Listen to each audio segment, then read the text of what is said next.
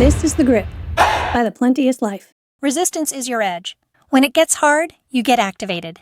Welcome back to The Grip. I'm Becky Henderson, founder and principal coach of The Plenteous Life. Your mission doesn't need less friction. It needs more of you.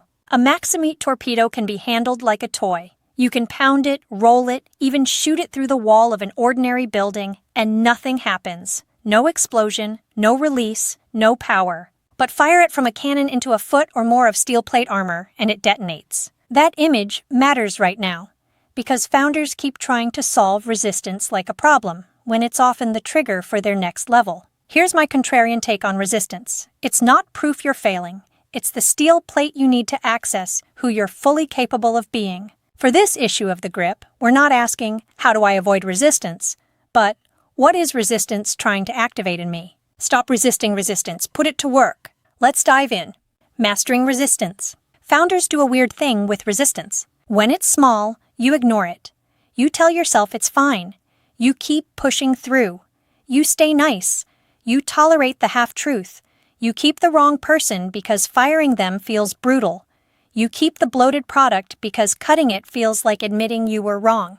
You keep the exhausting schedule because slowing down feels like falling behind. That's not leadership. That's survival, and it keeps you toiling in mediocrity. Then the steel plate resistance arrives. A cash crunch, a lawsuit, a health diagnosis, a relational fallout, or the existential crisis. You wake up and realize you built something successful that you don't even enjoy leading. Here's the distinction that changes everything. Resistance is not the enemy of your mission. Resistance is the door to the version of you your mission requires.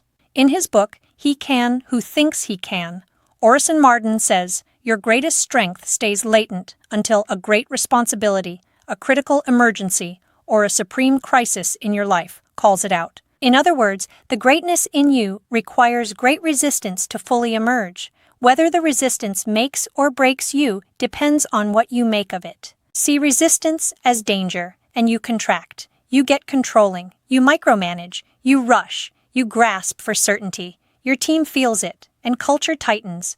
Innovation dries up. The company becomes reactive. See resistance as fuel for activation. You expand. You get clear. You get decisive. You speak plainly. You create calm that lets other people think. That is when your reach and scale become anti-fragile. You can use resistance either as an excuse to play small or as traction to play big. What if the resistance you're facing right now is the intensity needed to draw out your greatest self? You're familiar with post-traumatic stress. Ever heard of post-traumatic growth? Not many have. It's a thing, and it's reserved for those who choose to see resistance as something to be leveraged rather than avoided. In 2008, Airbnb's founders hit the steel plate. They were broke. The economy was collapsing.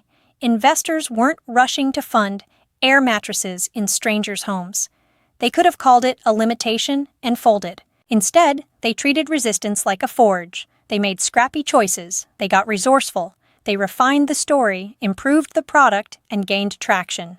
The resistance did not stop the mission. It shaped them into leaders who could carry the mission. Consider, your hardest customer churn wave can either make you defensive, or it can force you to finally build the retention engine you've been avoiding. That conflict with your co-founder can either become silent resentment, or it can become the conversation that saves your integrity and your company. How to leverage resistance. Identify one example of resistance you're facing at work or home right now. It's the thing you've been viewing as a limitation or unfair or in your way. That's your steel plate. 1. Name the resistance. Write it out. The steel plate I'm hitting right now is fill in the blank. 2. Name your knee-jerk reaction to it. Control, urgency, avoidance, perfectionism, people-pleasing, withdrawal, blame, victimhood, etc. That's your default way of being. Remember, it's not who you are, just how you've learned to operate. 3. Choose who you will be intentionally. Write it out. This resistance is calling me to be the leader who fill in the blank. 4. Identify your new action. Ask, what next-level action is this resistance calling forth in me? Hint, often it's one you've been avoiding. Decide, commit, and move on it today. Stop calling resistance a problem. Call it an advantage, and you will begin to see new avenues for leveraging it as your secret edge in life.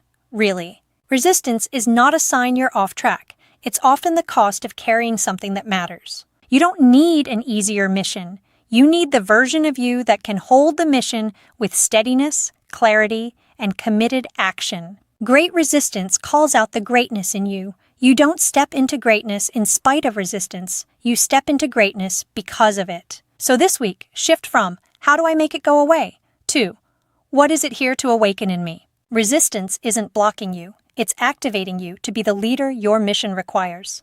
Keep creating. Check out the library of resources we've made for you on this channel and sign up to have additional tools delivered straight to your email box every Thursday.